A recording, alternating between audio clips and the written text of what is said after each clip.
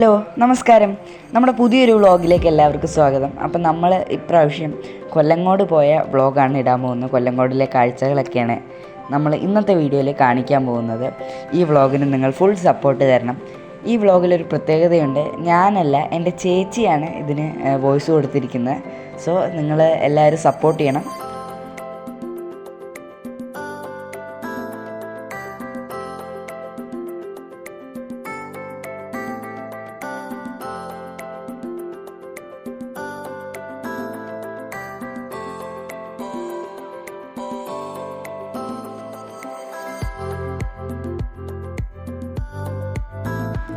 Hello, ഇപ്പോൾ നമ്മൾ പോകുന്നത് കൊല്ലങ്കോട്ടിലെ സീതാർകുണ്ട് വെള്ളച്ചാട്ടം കാണാനാണ്. കൊല്ലങ്കോട് എന്ന് പറയുമ്പോൾ ഈ ഇടയായിട്ട് ഒരുപാട് ഫേമസ് ആയൊരു സ്ഥലമാണ്. ഒരുപാട് റീൽസായിട്ടും യൂട്യൂബ് ഷോർട്സായിട്ടും വീഡിയോസായിട്ടും ഒക്കെ എല്ലാവരും കണ്ടൊരു സ്ഥലം തന്നെയായിരിക്കും കൊല്ലങ്കോട്. ഇത് ഇത്രയും ഫേമസ് ആവാനുള്ള പ്രധാന കാര്യം അവിടുത്തെ പ്രകൃതി ഭംഗി തന്നെയാണ്. അപ്പോൾ നമ്മൾ ഈ സീതാർകുണ്ട് വെള്ളച്ചാട്ടത്തിലേക്ക് പോകുന്ന വഴിയിൽ രണ്ട് സൈഡും വാഴത്തോപ്പുകളും തെങ്ങും തോപ്പുകളും കരിമ്പനകൾ, അതേപോലെ രണ്ട് സൈഡും പാടങ്ങളാണ്. ഈ രണ്ട് സൈഡത്തെയും പാടങ്ങളുടെ ഇടയിലൂടെയാണ് നമ്മുടെ ഈ റോഡ് വരുന്നത്. അതുകൊണ്ട് തന്നെ ഒരു സമയത്ത് ഒരുപാട് വണ്ടികൾക്ക് വരാൻ ബുദ്ധിമുട്ടായിരിക്കും. അതേപോലെ തന്നെ വലിയ വലിയ വണ്ടികൾക്ക് യാത്ര ചെയ്യാനും ഈ ഇതിലൂടെ ബുദ്ധിമുട്ടായിരിക്കും. വീഡിയോയിൽ കാണുന്നേക്കാളും ഒരുപാട് ബ്യൂട്ടിഫുള്ളാണ് ഈ സ്ഥലങ്ങളൊക്കെ നേരിട്ട് കാണാൻ. ഇപ്പോൾ മഴയൊക്കെ പെയ്തുകൊണ്ട് പാടങ്ങളിലൊക്കെ വെള്ളം കെട്ടി നിൽക്കുന്നുണ്ട്. അതേപോലെ ഈ റോഡിൻ്റെ സൈഡിൽ വണ്ടി നിർത്തി ഒരുപാട് പേര് ഈ പാടത്തിൽ നിന്ന് വീഡിയോസും ഫോട്ടോസും ഒക്കെ ഷൂട്ട് ചെയ്യുന്നുണ്ട്. അതേപോലെ കരിമ്പനകളിൽ നിന്ന് കിട്ടുന്ന നുങ്ക്, പാലക്കാട് പ്രദേശത്ത് നുങ്ക് എന്നാണ് പറയാറ്, അതെല്ലാം ഈ വഴിയോര പ്രദേശത്ത് വിൽക്കാനായി വെച്ചിട്ടുണ്ട്. അതേപോലെ മുതലമട എന്ന് പറയുന്നത് മാങ്ങയ്ക്ക് ഭയങ്കര ഫേമസ് ആയ സ്ഥലമാണ് പാലക്കാട്ടിൽ.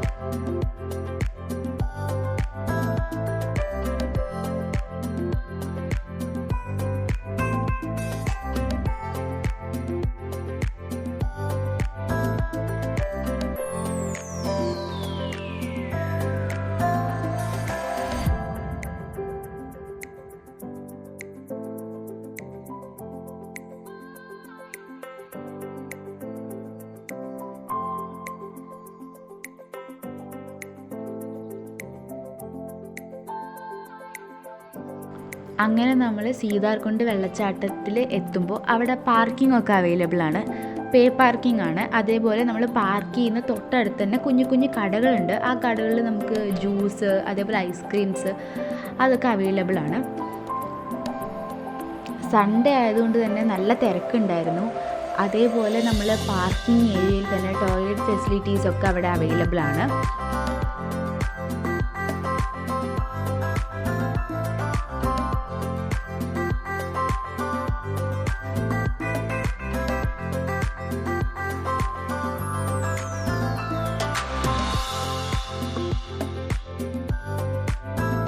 അങ്ങനെ നമ്മളിപ്പോൾ വെള്ളച്ചാട്ടത്തിൻ്റെ അടുത്തേക്ക് പോകുന്ന വഴിയിൽ ഇതേപോലെ ഒരുപാട് പാറക്കെട്ടുകളുടെ ഇടയിലൂടെയൊക്കെയാണ് നമ്മൾ പോകേണ്ടത്. നമുക്കിപ്പോൾ വീഡിയോ കാണുമ്പോൾ മനസ്സിലാവുന്നുണ്ടാവും.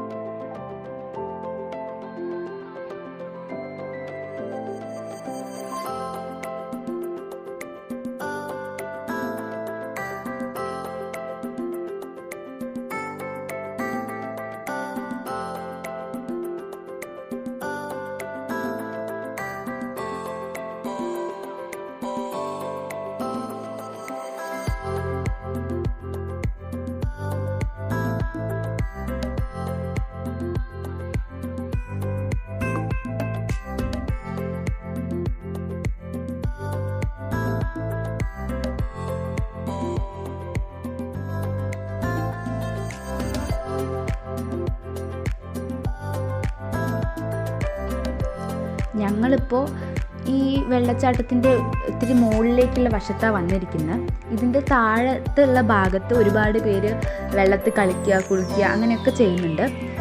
ഇത് ഇത്തിരിയും കൂടെ മുകളിലേക്കുള്ള ഏരിയ ആണ്. ഇതിൻ്റെ താഴത്ത് നമുക്ക് ഈസി ആയിട്ട് ഇറങ്ങാൻ പറ്റും.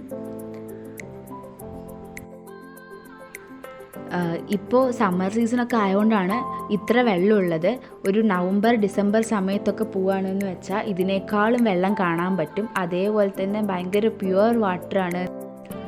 അതേപോലെ നല്ല കൂളിംഗ് എഫക്റ്റ് ഉള്ള വാട്ടറാണ്. അങ്ങനെ കുറേ നേരം അവിടെ ടൈം സ്പെൻഡ് ചെയ്ത് ഞങ്ങൾ അങ്ങനെ തിരിച്ചിറങ്ങി അവിടുന്ന്.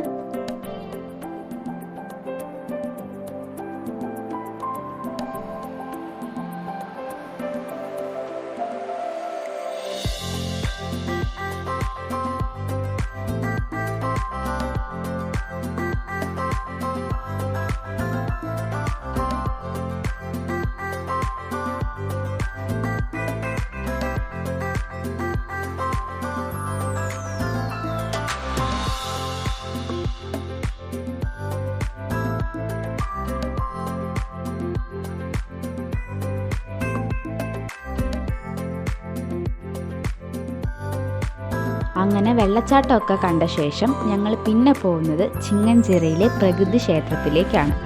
ഈ വഴിയിലും ഒരുപാട് മാവിൻ തോട്ടങ്ങളുണ്ട്. അതേപോലെ ഒരുപാട് വീടുകൾ ഈ വഴിയിലൂടെ ഉണ്ട്.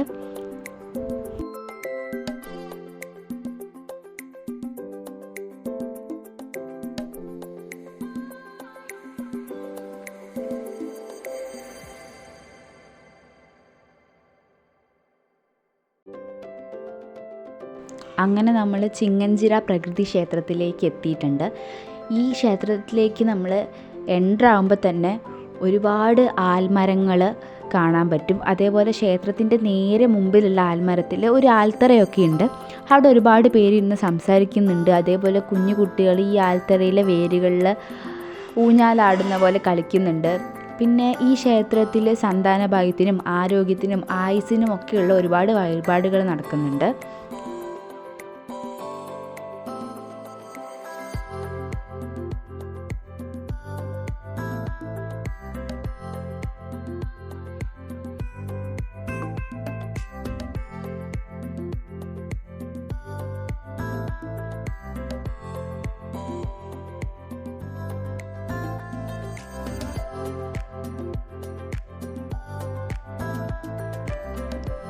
അപ്പോൾ ഇങ്ങനെയാണ് ഞങ്ങളുടെ ഒരു കൊല്ലങ്കോട് യാത്ര അവസാനിച്ചത്. അപ്പോൾ എല്ലാവരും മസ്റ്റായിട്ട് പോയി കാണേണ്ട ഒരു സ്ഥലം തന്നെയാണ്. അപ്പോൾ ഈ വീഡിയോ ഇഷ്ടപ്പെട്ടിട്ടുണ്ടെങ്കിൽ എല്ലാവരും ലൈക്ക് ചെയ്യുക, ഷെയർ ചെയ്യുക, സബ്സ്ക്രൈബ് ചെയ്യുക.